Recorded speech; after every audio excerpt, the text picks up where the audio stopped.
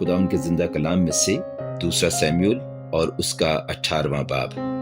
اور داؤد نے ان لوگوں کو جو اس کے ساتھ تھے گنا اور ہزاروں کے اور سینکڑوں کے سردار مقرر کیے، اور داؤد نے لوگوں کی 1/3 یوآب کے ماتحت اور 1/3 یوآب کے بھائی ابیشے بن زرویا کے ماتحت اور 1/3 جاتی اتی کے ماتحت کر کے ان کو روانہ کیا۔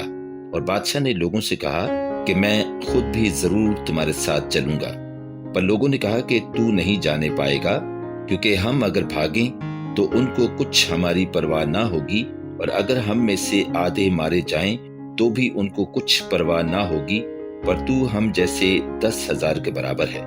سو بہتر یہ ہے کہ تو شہر میں سے ہماری مدد کرنے کو تیار رہے۔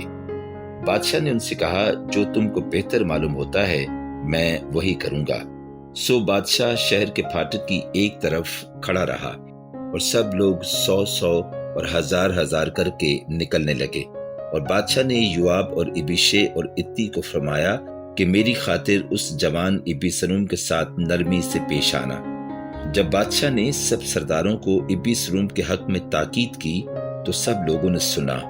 سو وہ لوگ نکل کر میدان میں اسرائیل کے مقابلہ کو گئے، اور لڑائی افرائیم کے بن میں ہوئی، اور وہاں اسرائیل کے لوگوں نے داؤد کے خادموں سے شکست کھائی، اور اس دن ایسی بڑی خون ریزی ہوئی کہ 20,000 آدمی کھیت آئے، اس لیے کہ اس دن ساری مملکت میں جنگ تھی، اور لوگ اتنے تلوار کا لقمہ نہیں بنے جتنے اس بن کا شکار ہوئے۔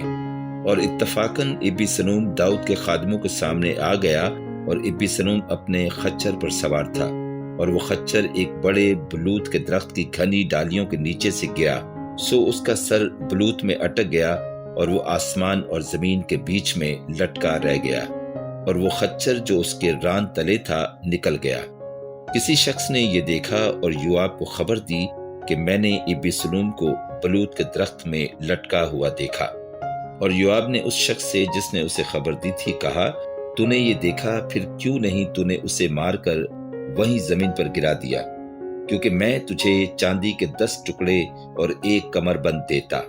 اس شخص نے یوآب سے کہا، اگر مجھے چاندی کے 1000 ٹکڑے بھی میرے ہاتھ میں ملتے تو بھی میں بادشاہ کے بیٹے پر ہاتھ نہ اٹھاتا، کیونکہ بادشاہ نے ہمارے سنتے تجھے اور ابیشے اور اتی کو تاکید کی تھی کہ خبردار کوئی اس جوان ابیسنوم کو نہ چھوئے، ورنہ اگر میں اس کی جان کے ساتھ دغا کھیلتا، اور بادشاہ سے تو کوئی بات پوشیدہ بھی نہیں، تو خود بھی کنارہ کش ہو جاتا۔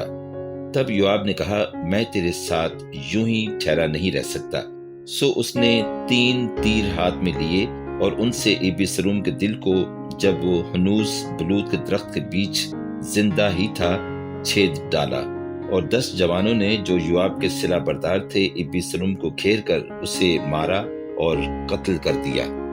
تب یوآب نے نرسنگا پھونکا، اور لوگ اسرائیلیوں کا پیچھا کرنے سے لوٹے، کیونکہ یوآب نے لوگوں کو روک لیا، اور انہوں نے ابیسنوم کو لے کر بند کے اس بڑے گڑھے میں ڈال دیا، اور اس پر پتھروں کا ایک بہت بڑا ڈھیر لگا دیا، اور سب اسرائیلی اپنے اپنے ڈیرے کو بھاگ گئے۔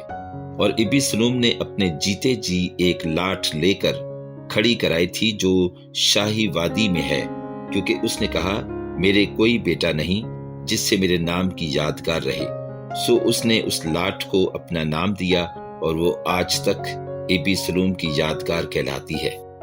تب صدوق کے بیٹے اخیماز نے کہا کہ مجھے دوڑ کر بادشاہ کو خبر پہنچانے دے کہ خداوند نے اس کے دشمنوں سے اس کا انتقام لیا۔ لیکن یوآب نے اسے کہا کہ آج کے دن تو کوئی خبر نہ پہنچا، بلکہ دوسرے دن خبر پہنچا دینا، پر آج تجھے کوئی خبر نہیں لے جانا ہوگا، اس لیے کہ بادشاہ کا بیٹا مر گیا ہے۔ تب یوآب نے کوشی سے کہا کہ جا کر جو کچھ تو نے دیکھا ہے سو بادشاہ کو بتا دے۔ سو وہ کوشی یوآب کو سجدہ کر کے دوڑ گیا۔ تب صدوق کے بیٹے اخیماز نے پھر یوآب سے کہا، خواہ کچھ ہی ہو تو مجھے بھی اس کوشی کے پیچھے دوڑ جانے دے۔